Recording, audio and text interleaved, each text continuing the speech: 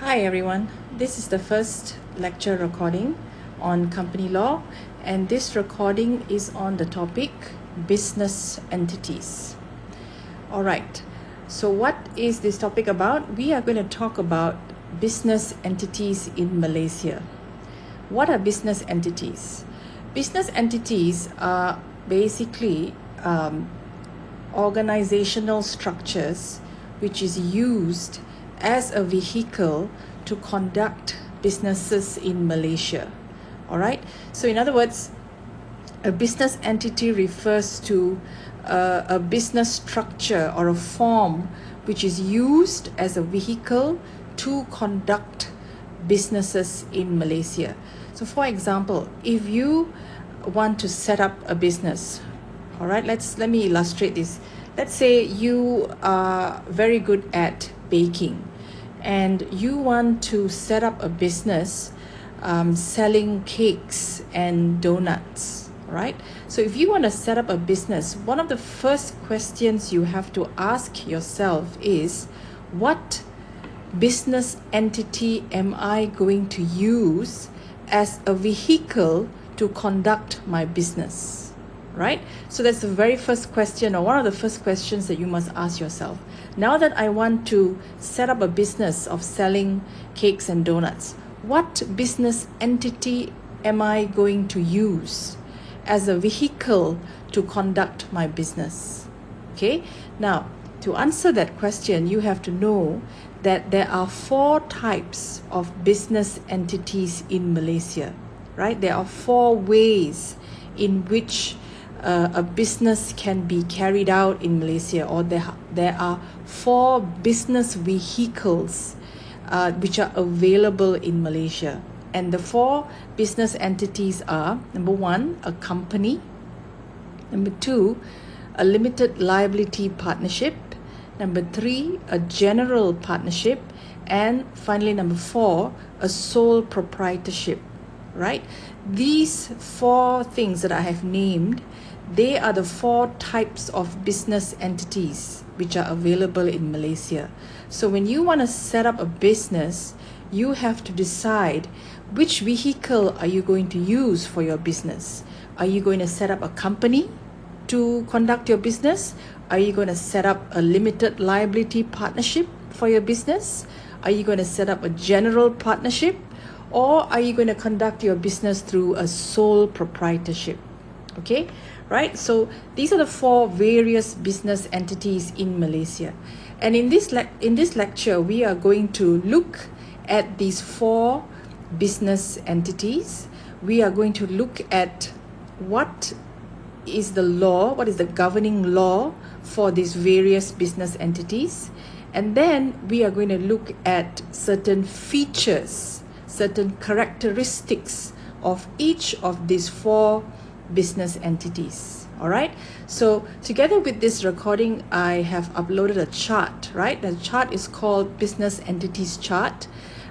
You should have this chart with you as I'm going through this lecture, because the chart will make it easier for you to understand what I'm saying, and I will also be referring to certain things that I have mentioned in the chart. Okay, so please make sure that the chart is with you as you listen to this lecture recording. Okay, so let's look at the chart. Now, as you can see in the chart, I have explained, as I did just now, what are business entities. And as I've said just now, there are 4 types of business entities in Malaysia. When you want to set up a business, you need to determine which business entity you are going to use as a vehicle to conduct your business. All right, and as I said just now, we are going to look at each of these business entities. We're going to look at the governing law first. What is the law? What is the Act of Parliament which governs these business entities?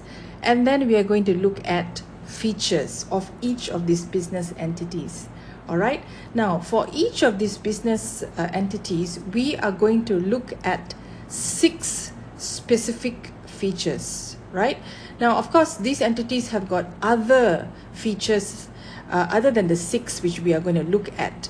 But the 6 features that we are going to look at are are the most important or the most fundamental features which define these business entities. Okay, so for each of these business entities, for the company, for the limited liability partnership, for the general partnership, and for the sole proprietorship, we are going to look at 6 features, which are: number 1, we're going to see whether or not these business entities have legal personality. That's the first one, right? I will explain that in a while.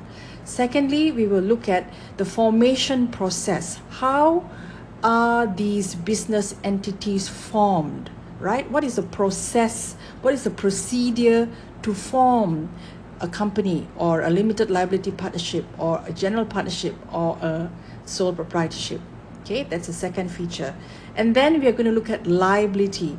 When we talk about liability, we are talking about who is liable for the debts of these business entities, right? If you have a company, who is liable for the debts and the obligations of the company? If you have set up a partnership, who is liable for the debts and the obligations of the partnership, right? So that's the third feature that we're going to look at, liability of these business entities. And then the fourth feature that we're going to look at is membership. How many members do you need? How many people do you need to set up a company? How many people do you need to set up a partnership, right? So that is what membership is about. And then the fifth feature that we are looking at is management and decision making. This refers to who is in charge of managing the business entity, who is in charge of making decisions for each of these business entities. All right. And finally, we will look at the duration of each of these business entities. Here we are looking at what is the duration of each of these business forms, right? How long do they last? Do they last forever, right? How are these businesses terminated, right? So that is what we're going to talk about when we talk about duration of these business entities. Okay, so these are the 6 specific features that we are going to discuss in relation to the 4 business entities in Malaysia. Okay, so at the end of this lecture, you will have an idea of the 4 various business vehicles that are available in Malaysia for conducting business, right? If you want to set up a business, we are going to understand what are the business entities which are available to people who want to conduct a business in Malaysia, right? And what are the features of each of these business entities, right? So if you are going to set up a business, you will know which business entity is suitable for you according to your preference and according to your needs or according to the needs of your business. Okay, all right, so let's begin with the company.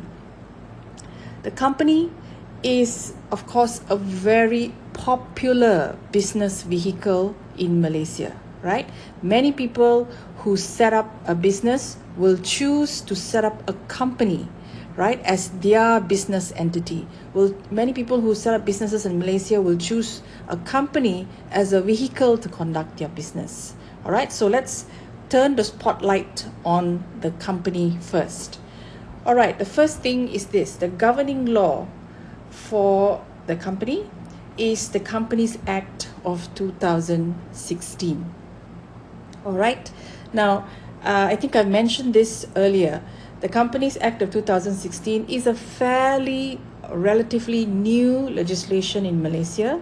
The Companies Act of 2016 came into force on the 31st of January 2017. So about 3 years ago, it came into force, and the Companies Act of 2016 repealed the old legislation of the Companies Act 1965. Right? The Companies Act of 1965 was in force in Malaysia for about 50 years, right? Half a decade it was in force in Malaysia. But now the Companies Act 1965 have been repealed, and it was replaced by a brand new legislation, which is the Companies Act 2016. right? And throughout this entire course, we are going to look at the Companies Act of 2016. All right. Now, so that is the governing law for a company. Now let's look at the 6 features. The first feature we're going to look at in relation to the company is legal personality. All right. Now, what is legal personality? It is this. A company is recognized by law as a legal person, which is separate from its members and from its officers, like its directors or employees. Okay, let me say that again. A company is a legal person, separate from its members and separate from its officers. Okay, this means that the law recognizes a company as a person in its own right, right? A company is not the same as its members or its shareholders or its directors, right? A company is a person by itself. It is a legal personality by itself. Just like how you are one person and I am one person, right? We are not the same. We are two different persons.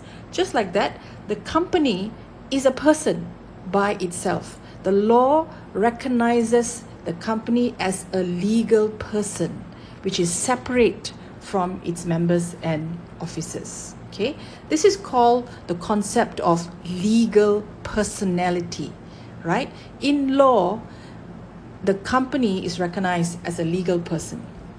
Now, because the company is recognized in law as a legal person, there are 4 consequences that follow from this, right?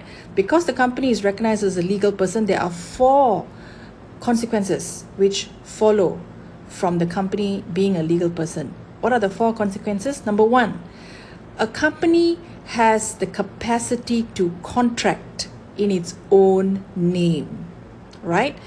A company has the capacity to contract in its own name, which means a company can enter into contracts in the company's own name, right? So if you have 2 parties to a contract, one party may be a company and the other party may be an individual or maybe another company. You understand, right? So a company has what we call contractual capacity. It can enter into contracts in the company's own name, right? That's the first consequence. The second consequence of legal personality is a company can sue and be sued in its own name, right? If anyone wants to bring a legal action against a company, the company can be sued in the company's own name. Similarly, if the company wants to sue someone, the company can commence the action in the company's own name.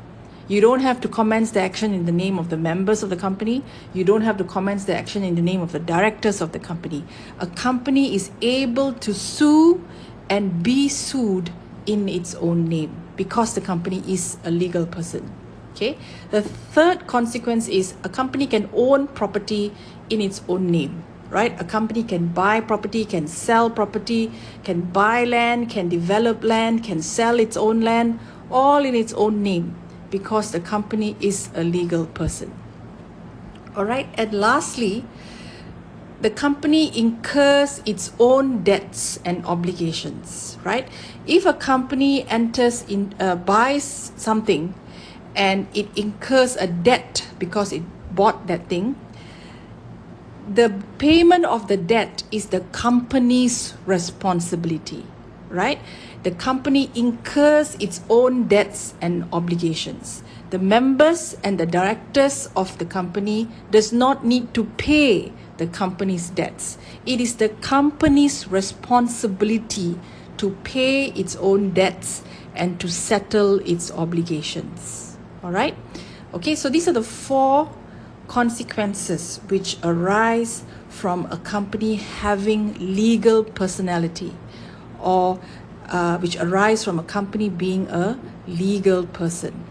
Okay, so in other words, a company is a person just like you and me. The company has its own rights, it can enter into its own contracts, it can sue, it can be sued, right? It can own property, right? Similar to the things that you can do. You can own property in your own name, you can enter into contracts in your own name, you can sue in your own name. Just like that, a company is recognized in law by a person who has all these capabilities as well. Okay, now in legal terminology, you and I, as humans, we are known as natural persons, right? If you are a human being, you are known as a natural person, right? A company, on the other hand, is known as an artificial person, right? The company is an artificial person because, unlike you and me, a company doesn't have a body, it doesn't have hands, it doesn't have legs, it doesn't have a head, and so on, right?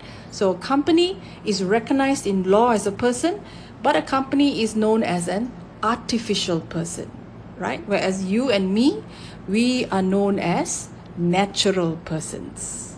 Okay? Right? So later on you will learn, like when you learn directors, you will see the Companies Act says a director has to be a natural person, which means to tell you that a director cannot be a company. A director must be a human being. All right? But we'll come to that later. All right, so that is the concept of legal personality. That is the first and the most important feature of a company which you must understand. Okay, and legal personality is now found in the Companies Act. You can see it in Section 20 and Section 21 of the Companies Act of 2016. Okay, right, so that is the first feature that we have looked at relating to a company, legal personality. The second feature that we're going to look at is formation, right? How is a company formed? What is the formation process of a company? Now, a company is formed through an incorporation process under the Companies Act, right? The procedure to form a company is stated in sections 14 up to 19 of the Companies Act. We will actually look at this incorporation process in a later lecture. Okay, but for now, what you need to know is this. How you form a company is, a company has to be formed through an incorporation process, right?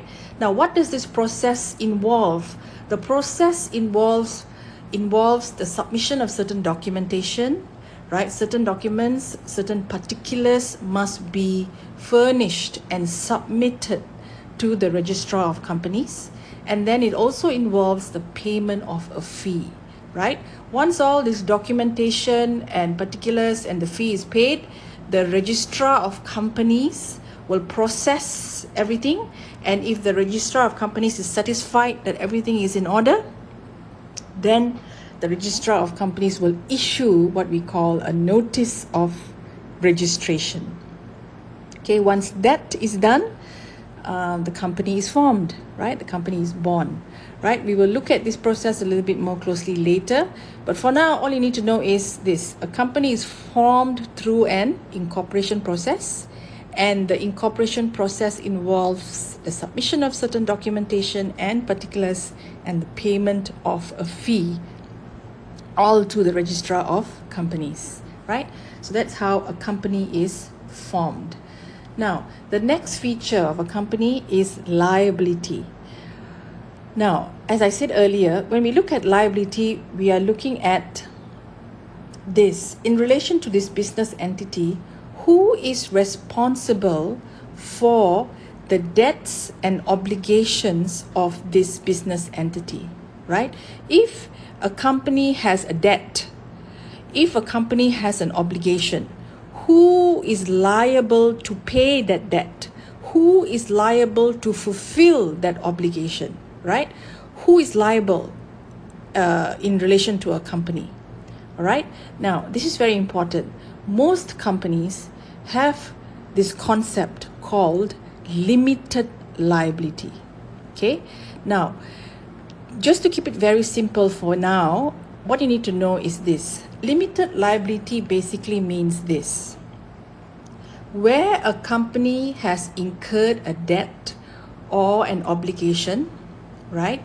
It is the company's responsibility to pay that debt or to fulfill that obligation. All right. So if a company has incurred a debt, if the company has got an obligation, it is the company's responsibility to pay that debt and to pay that obligation, and to settle that obligation. This means that the members of the company or the directors of the company will not be liable or responsible to pay for the company's debts.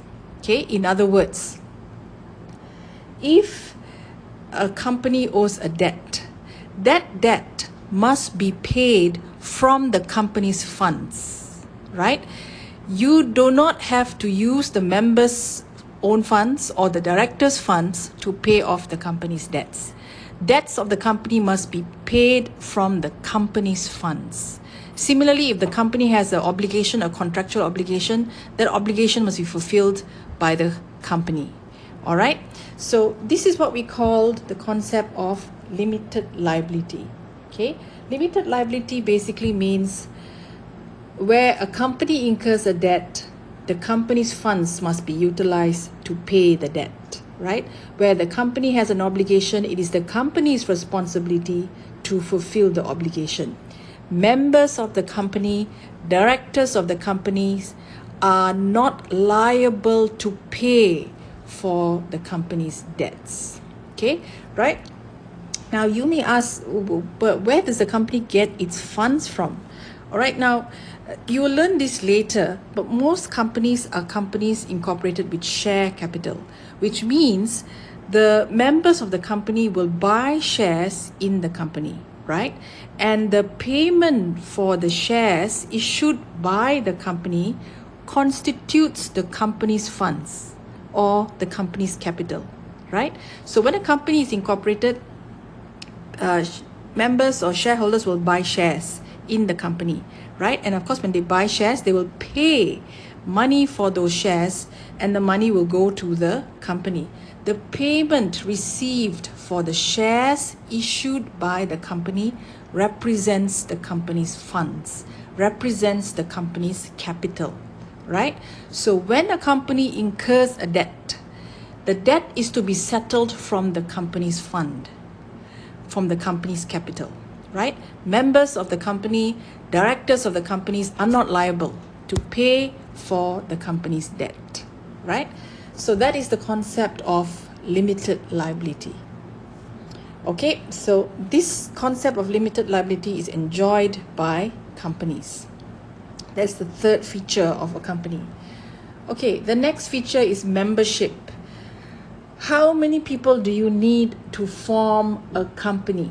Now, according to Section 9 of the Companies Act 2016, only one person is required to form a company, right? Only one person, minimum one person is required to form a company, which means you can have a one-man company, right? Now, this is a change from the old company law. Under the company law, under the Companies Act of 1965, there was a minimum requirement of 2 persons to form a company, right? So last time, the old law, to form a company, you need 2 persons. Now, with the new law, to form a company, minimum you only need 1 person to form a company, right? Is there a maximum number of members that a company can have? Generally, there is no maximum, right? For companies, you can have members going into thousands and millions, all right? But please take note, certain types of company, as you will see later on, a private limited company, for example, cannot have more than 50 members, right? So it depends on the type of company that you are incorporating. Certain types of companies, there is a maximum limit on number of members, okay?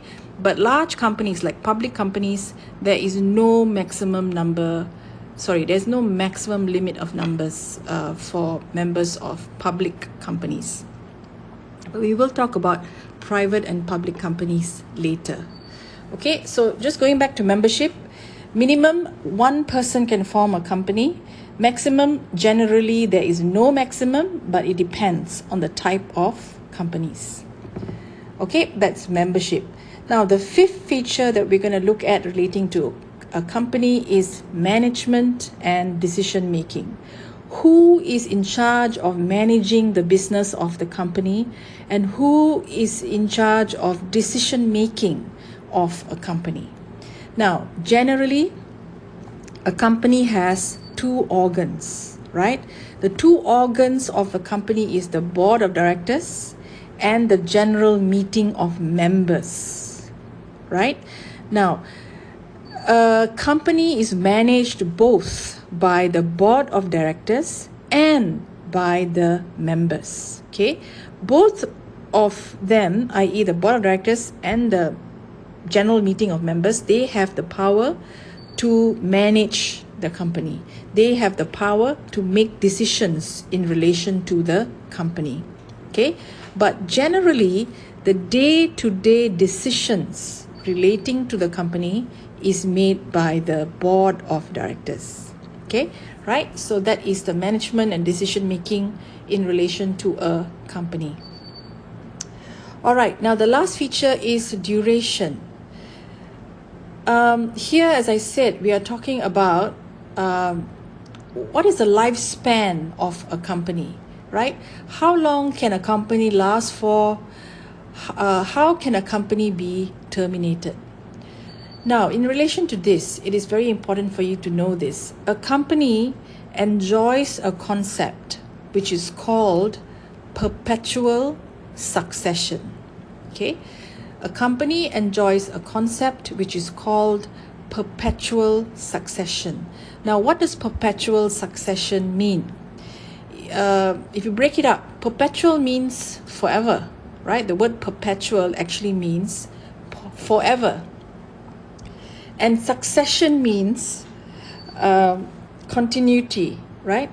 Succession means continuous or continuity, right? So put it together, perpetual succession means continues forever, right? And how this relates to a company is this.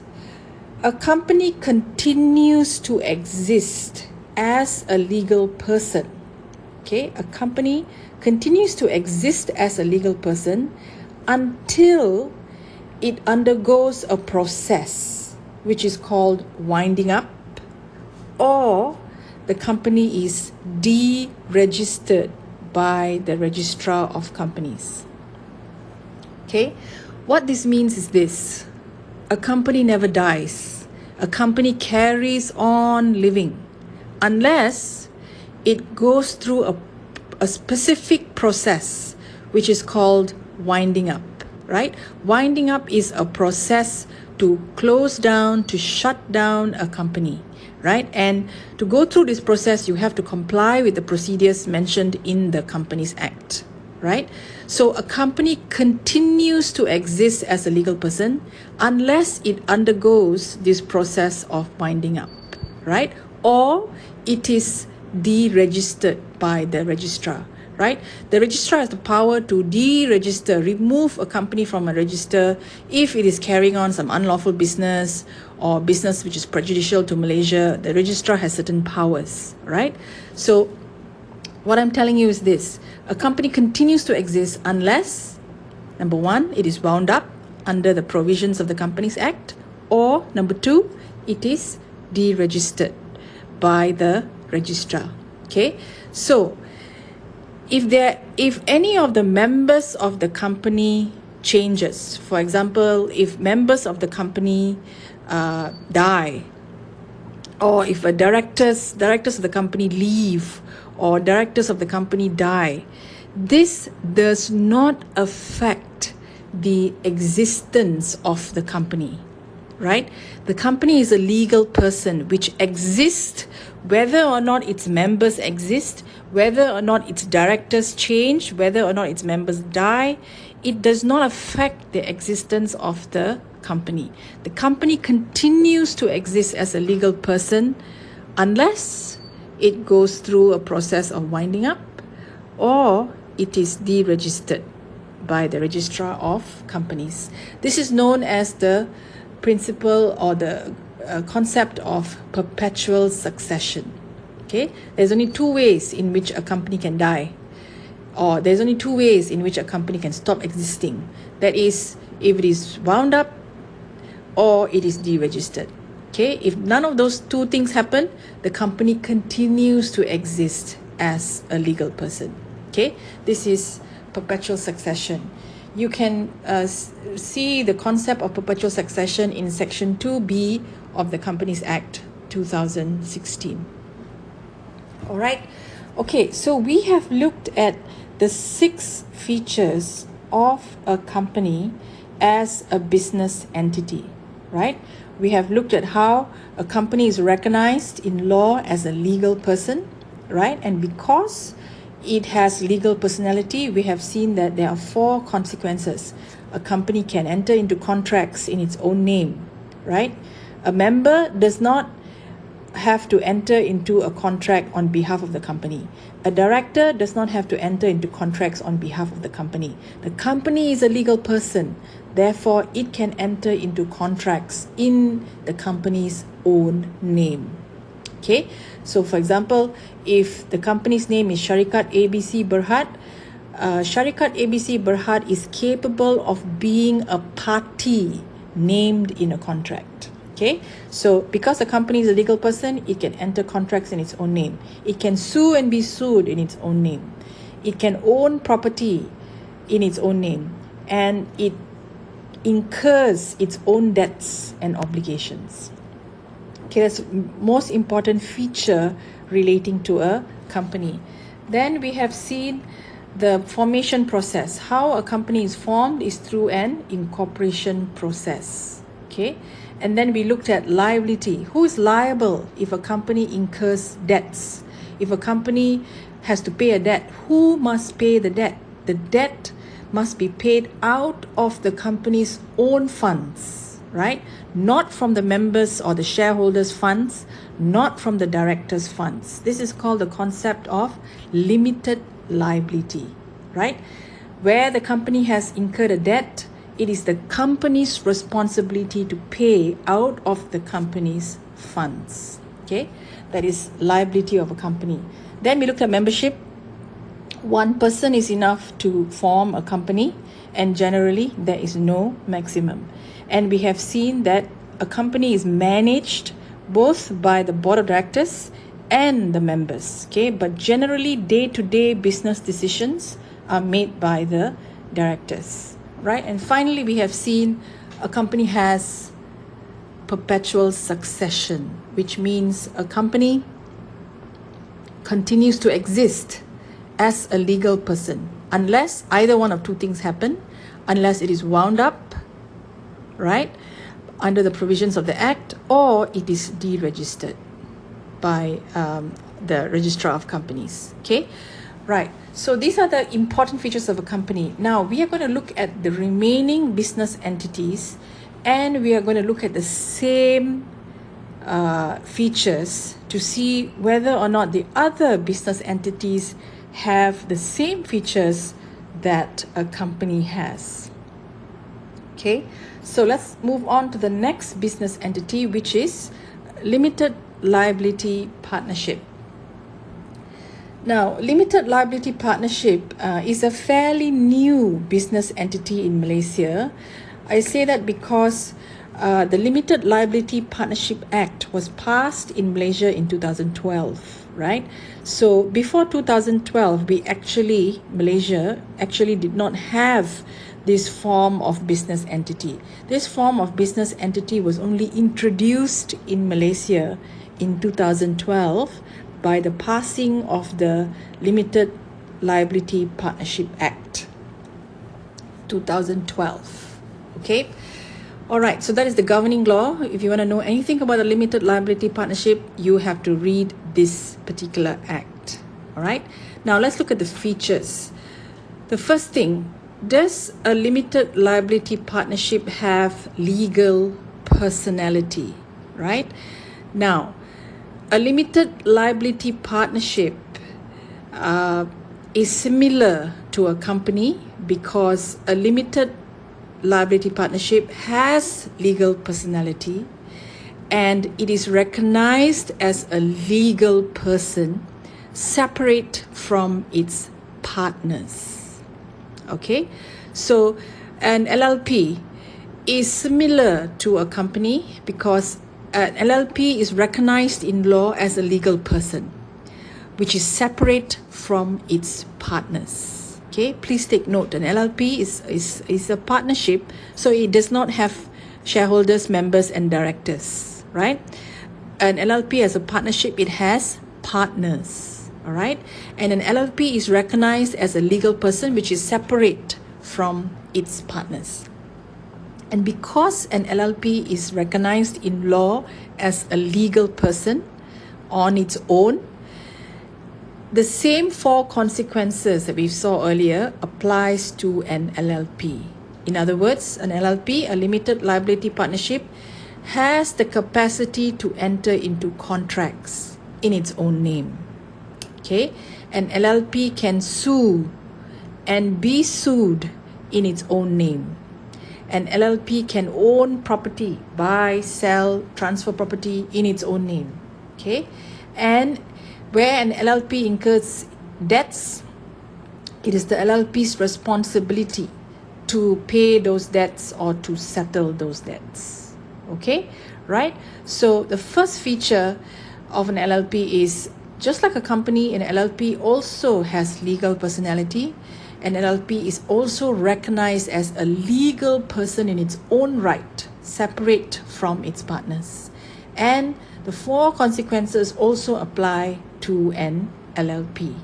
All right, you can read section 3 of the Limited Liability Partnership Act 2012, which confirms that an LLP has legal personality. All right, so that's the first feature of an LLP. Now, the second feature is formation. Now, what is the formation process for an LLP? An LLP is formed through a registration process. Okay, we have seen that a company is formed through an incorporation process. Okay, an LLP, the correct terminology is that it is formed through a registration process. Okay, and what does this registration process involve? It's similar. It involves the submission of certain documents, the furnishing of certain particulars, and the payment of a fee to the registrar of LLPs. Okay, now the formation of an LLP is a little bit less complex than the formation of a company. Okay, both formation of a company and LLP, you have to follow the procedure mentioned in the Act. To form a company, you have to follow the procedure stated in section 14 to 19 of the Companies Act. To form an LLP, you have to follow the procedure stated in section 6, 9 and 10 of the LLP Act, right? So to form a company and to form an LLP, there is a specific formation, formal process which you have to follow. Okay, but if you compare the two, the formation of an LLP is much simpler compared to the formation of a company. Formation of a company is a bit more complex. Okay, the procedures involved are more complex. Okay, so that is the formation of an LLP. Now next, liability. Who is responsible for the LLP's debts? If a limited liability partnership has incurred debts, who is responsible to pay for the limited liability partnership's debts? If the LLP has incurred an obligation, who is responsible to settle the obligation? All right, now the answer to this is found in section 21 of the LLPA, the Limited Liability Partnership Act 2012. Now, an LLP enjoys the concept of limited liability, just like a company. Okay, so again, an LLP is similar to a company because it enjoys the concept of limited liability, which means where the LLP has incurred a debt or an obligation, it is the LLP's responsibility to pay the debt or to fulfill the obligation. Okay, very importantly, the partners of the limited liability partnership will not be liable for the debts of the LLP, right? So if the LLP has a debt, the debt must be paid out of the LLP's funds. Okay, partners of the LLP will not be made personally liable to pay for the debts of the LLP. Okay, you may ask, where does the LLP get its funds from? Well, when a limited liability partnership is established or formed, the partners will usually contribute a certain amount of money into the partnership to form the partnership's capital. You see, and then they will commence their business, right? So whatever money was put into the partnership, that is the partnership's funds, that is the partnership's capital, right? So when there's a debt that needs to be paid, the debt of the limited liability partnership has to be paid out of the limited liability partnership's capital or funds. Partners will not be made liable to pay the debts of the LLP. Okay, I hope you can see that. Please read section 21. However, please take note, if you read section 21, you will see that, however, partners can be made liable for any wrongful or tortious acts that they commit in the course of the partnership business. Okay, now this is important. Although partners are not liable for the debts of the partnership, take note that partners can be liable for any wrongful actions or tortious actions which was committed in the course of the partnership business. Okay, so please read section 21, subsection 3, that tells you that. All right, so that is liability of partners under the LLP. All right, moving on. Membership. How many people do you need to form an limited liability partnership? Section 6 says there must be 2 or more members, right? So to form a limited liability partnership, you must have at least 2 persons or more to form an LLP, right? Is there a maximum? There is no maximum number of partners for an LLP, right? So you can have any number of partners, maximum, but there's no maximum, but there must be a minimum of 2 members to form a LLP. Okay, next, management and decision making. Who manages the business of the LLP and who makes decisions for the day-to-day running of the LLP? Simple answer, the limited liability partnership is managed and run by the partners, right? The partners make all the decisions. The partners are the one that manage the limited liability partnership. All right. Okay, and lastly, duration. Now here we are talking about what is the continuity of a limited liability partnership. How will a limited liability partnership end or terminate as a business entity? Again, an LLP, like a company, enjoys perpetual succession, which means an LLP continues to exist as a legal person unless it is wound up or it is deregistered by the registrar of LLPs. Okay, the governing body is different. For companies is registrar of companies. For LLP is registrar of LLPs. Okay, so LLP enjoys perpetual succession. It continues to exist as a legal person until it is wound up under the provisions of the LLPA or it is deregistered. Okay, right? Please look at section 3.2 of the LLP. Of the LLP Act 2012. All right, so we can see that an LLP is very similar to a company as a business entity, right? Similar because both the company and the LLP has legal personality, right? Both the company and the LLP enjoy limited liability, right? And they also both enjoy the concept of perpetual succession, right? But they are different because a company has shareholders, members, directors, right? And LLP is a partnership, so it only has partners. Okay, so that is actually a very big difference there. All right, so that is the features of a LLP. Now, let's move on to the next business entity, which is a general partnership. Now, a general partnership is different from a limited liability partnership. A limited liability partnership, as we have seen, is a business entity governed by the LLPA 2012, right? A general partnership is governed by the Partnership Act 1961. Okay, so if you have a partnership and that partnership is not a limited liability partnership formed under the LLPA, right, then it is a general partnership under the Partnership Act. Okay, right, so let me repeat that.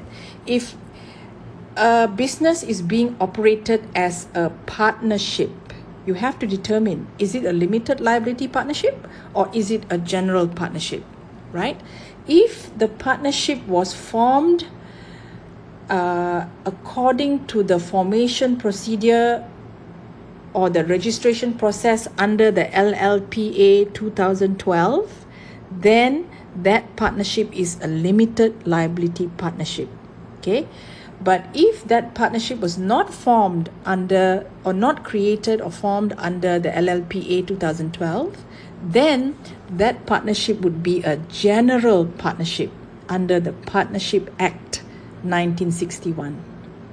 Okay, and this is known as a general partnership. Another name for this is also a conventional partnership. All right, now for a general partnership, before we look at the features, the 6 features, we have to see this. What is the definition of a partnership under the Partnership Act? Okay, now under the Partnership Act, Section 3.1 says, a partnership is the relation which subsists between persons carrying on business in common with a view of profit. Okay, that is a partnership under the Partnership Act. To break it down, to become a partnership under the Partnership Act, you must have persons, okay, which means more than one person, carrying on a business, right? And it's a business in common. That means you have persons carrying on the same business, and the purpose of carrying on the business is to make a profit. Okay, so if you look at the definition of a partnership under the Partnership Act 1961, there are 3 components which must exist in order to have a partnership. What are the 3 components? Number 1, there must be persons, more than one person. And what must they be doing? They must be carrying on a business in common, which means they must be carrying on the same business. You cannot have one person selling cakes and another person selling furniture. That is not a business in common. Both of them must be selling cakes or both of them must be selling furniture. You get what I mean? Right? So persons, they must be carrying on a business in common. And the purpose of carrying on this business is to make a profit. That is a general partnership according to Section 3.1 of the Partnership Act. Okay? Right, so a partnership or general partnership is the next business entity that we are going to look at, and we are going to look at the features. Firstly, does a general partnership have legal personality? The answer is no. Right? A general partnership is not recognized as a legal person. It has no legal personality. Therefore, a general partnership cannot enter into contracts in its own name. A general partnership has no ability to sue in its own name, right? A general partnership cannot own property in its own name, right? And a general partnership does not incur its own debts. Okay? In order for a general partnership to enter into contracts, to sue or to be sued, to own property or to settle any debt, all of this must be done through the partners. I hope you can see that, right? Because a general partnership is not recognized as a legal person. Okay, it is not seen in law as a person. Therefore, if you have a general partnership, if you want to enter into contracts, if you want to sue, if you want to buy property, a general partnership cannot do this in its own name. This activities has to be done through the partners, right? If the partnership is going to enter into a contract, one of the partners must act on behalf of the partnership, right? If a partnership wants to sue, you must use the names of the partners to sue somebody, right? If a partnership is intending to buy a property or an asset, it must be bought through the name of the partners, right? Because a partnership is not recognized as a legal person. Okay, so the concept of legal personality does not apply to a partnership. All right, that's the first feature. Secondly, formation. What is the formation process or formation procedure to form a general partnership? There is none. Unlike the company and LLPA, where the specific legislation for companies, you have Companies Act, Section 14 to 19. For LLP, you have Section 6, 9, and 10 of the LLPA, which tells you the formation procedure to form a company or to form an LLP. For a general partnership, there is no procedure. There is no formal process. Okay? In other words, a partnership can be formed through a verbal arrangement or through a written agreement. Okay, so you can two people can say, hey, let's be partners and we will share profits. That's a partnership, right? It's a verbal agreement. Okay, or of course partners can put down their agreement in writing to start a partnership. This is called a written partnership agreement.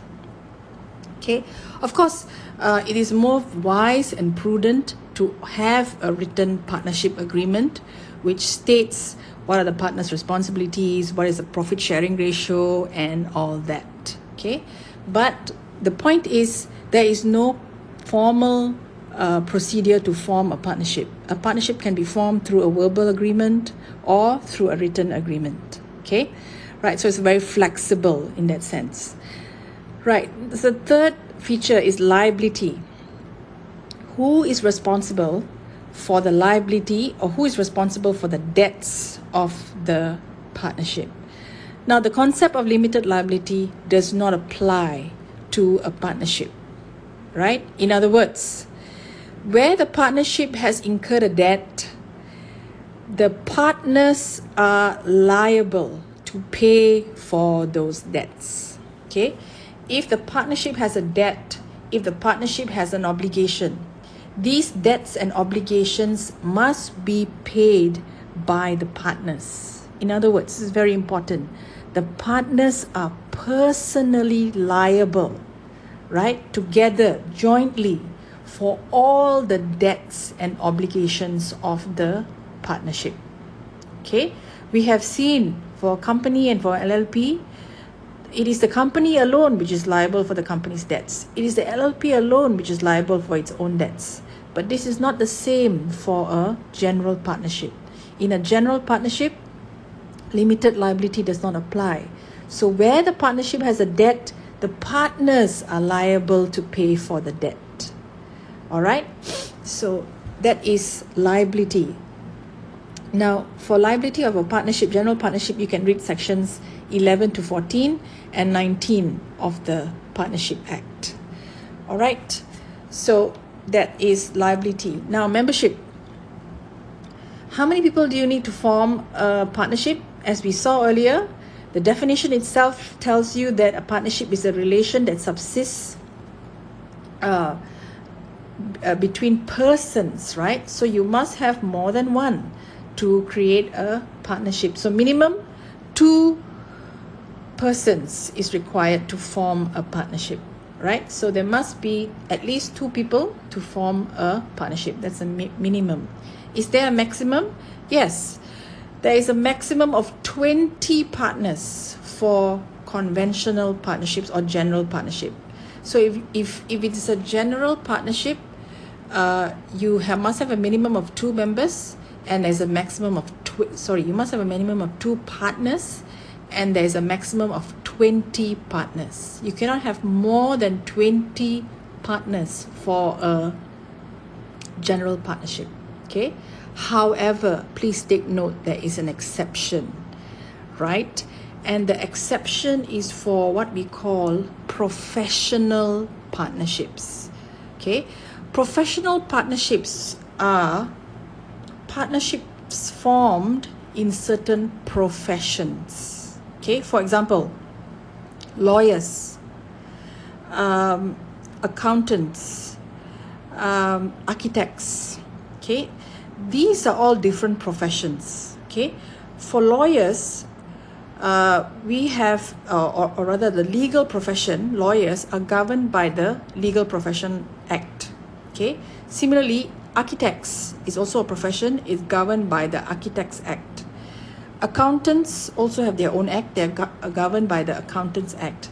Now, for these professions where they are governed by their own act, these own acts or these own legislations actually provide that these professional partnerships, if you have a partnership of lawyers, if you have a partnership of accountants, if you have a partnership of architects, they can have unlimited number of partners, right?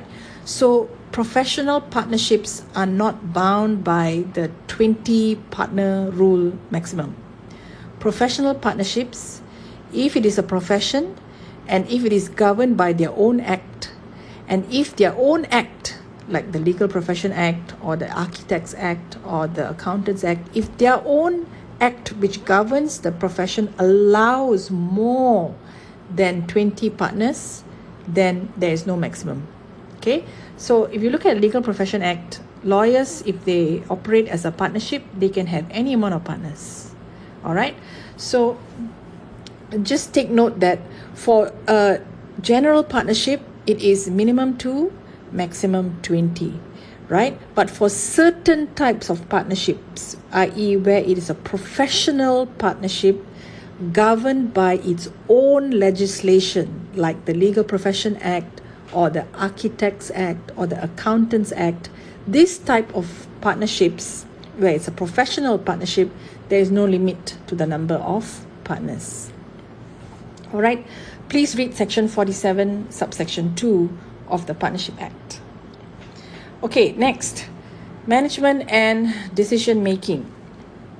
Now, who makes the decisions for a partnership and who manages the business of a general partnership? Clearly, it is the partners, right? The Partnership Act actually says that all partners have the right to manage the business of the partnership. So all decisions and management decisions are made by the partners. The last feature is duration. How is a partnership terminated? Now, firstly, a general partnership does not enjoy perpetual succession. Okay, this is because a general partnership is not a legal person, right? It has no legal personality, right? So a general partnership does not have perpetual succession. In fact, the Partnership Act says that if any partner dies or if any partner becomes bankrupt, this automatically terminates the partnership. Okay, so a death of a partner, bankruptcy of a partner will actually terminate the partnership automatically, right? So a partnership does not have perpetual succession, right? So what normally happens is when a general partnership is formed, the partners will state in their partnership agreement how long is the duration of the partnership, right? So usually it's very common for partnerships, when they are formed, they will have a written partnership agreement, and that agreement will state how long the partnership will last, when the partnership can be terminated, in what situations can the partnership be terminated, and so on.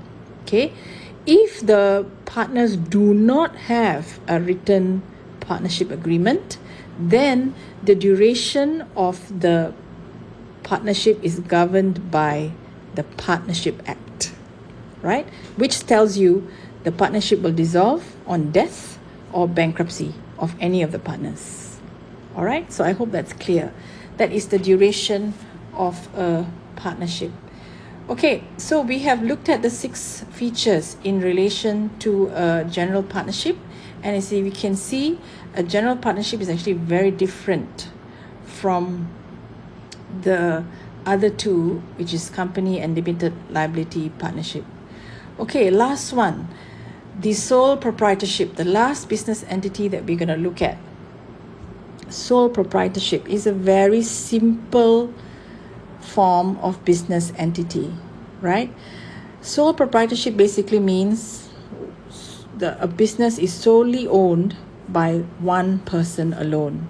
All right, is there a governing law? There is no governing law, right? We don't have a sole proprietorship act in Malaysia.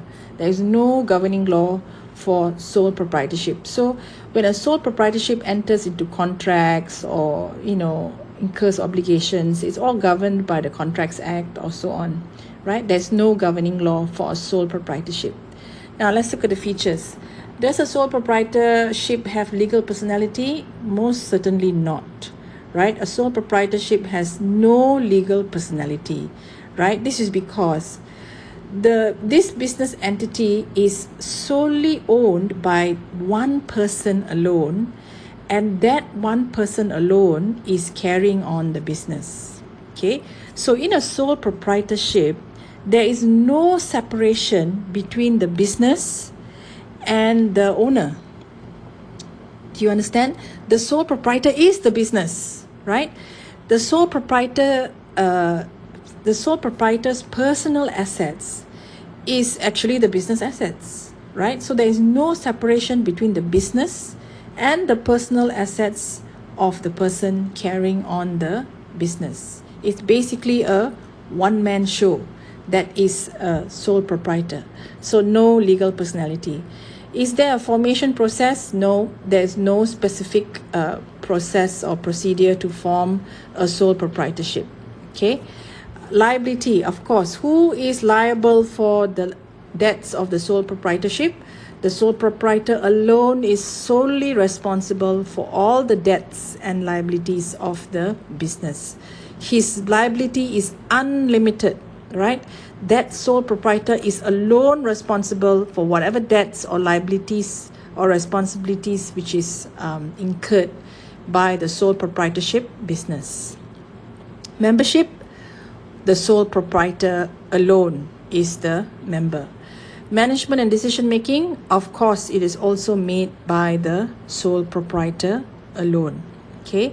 Duration, certainly the concept of perpetual succession doesn't apply to a sole proprietorship. So what is the continuity of the sole proprietor? It's either as long as the sole proprietor lives or for as long as the sole proprietor wants to continue his business, right? So a sole proprietorship, of course, is the most simple and the most flexible form of business entity. Okay, so we have looked at these 4 business entities, 4 vehicles to carry out business in Malaysia, and we have looked at the various features that each of them have. And as I said earlier, if you want to set up a business in Malaysia, one of the first questions you have to ask yourself is, which business entity are you going to use as a vehicle to conduct your business, right? So if you want to set up a business selling cakes and donuts, are you going to incorporate a company to do that? Are you going to start a limited liability partnership? Are you going to start a general partnership? Or is it just going to be a sole proprietorship?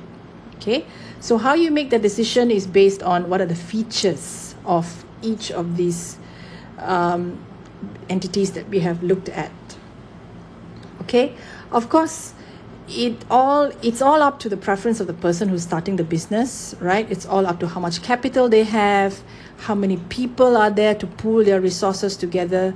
There are various factors that will be taken into account by business people before they decide which entity they are going to choose. Okay, but certainly the company and the LLP is very attractive because of the concept of legal personality, which means that the members of a company or the partners of the LLP will not be responsible for the debts of the company or the LLP, right? And also because of perpetual succession, there's, business continuity, all right? But there are disadvantages of a company and an LLP. For example, to form a company and to carry on business as a company, it's very expensive, right? To form a company is the incorporation process is expensive, number one, and to carry on business as a company, it's also expensive. You know why? Because a company is very heavily regulated by the law, right? For companies, every year and they have to produce financial reports which must be submitted to the registrar of companies, right? These financial reports must be audited, which means a company has to get auditors, right?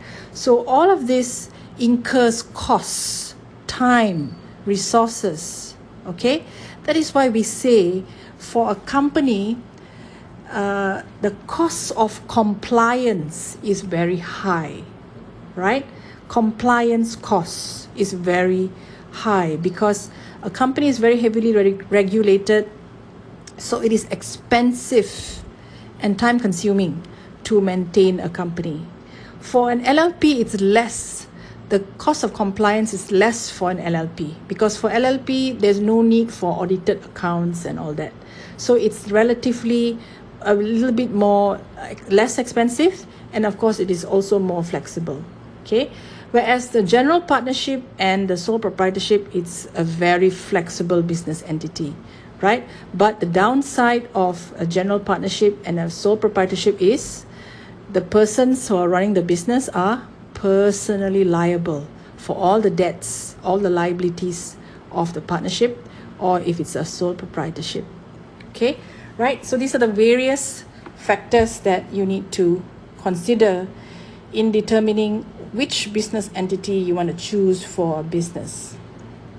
Okay, so this wraps up the topic on business entities. The idea of this topic is for you to understand what are the various business entities in Malaysia that are available to conduct business. All right. Now, moving on from here, for the rest of the course, we are now just going to zoom in on the company.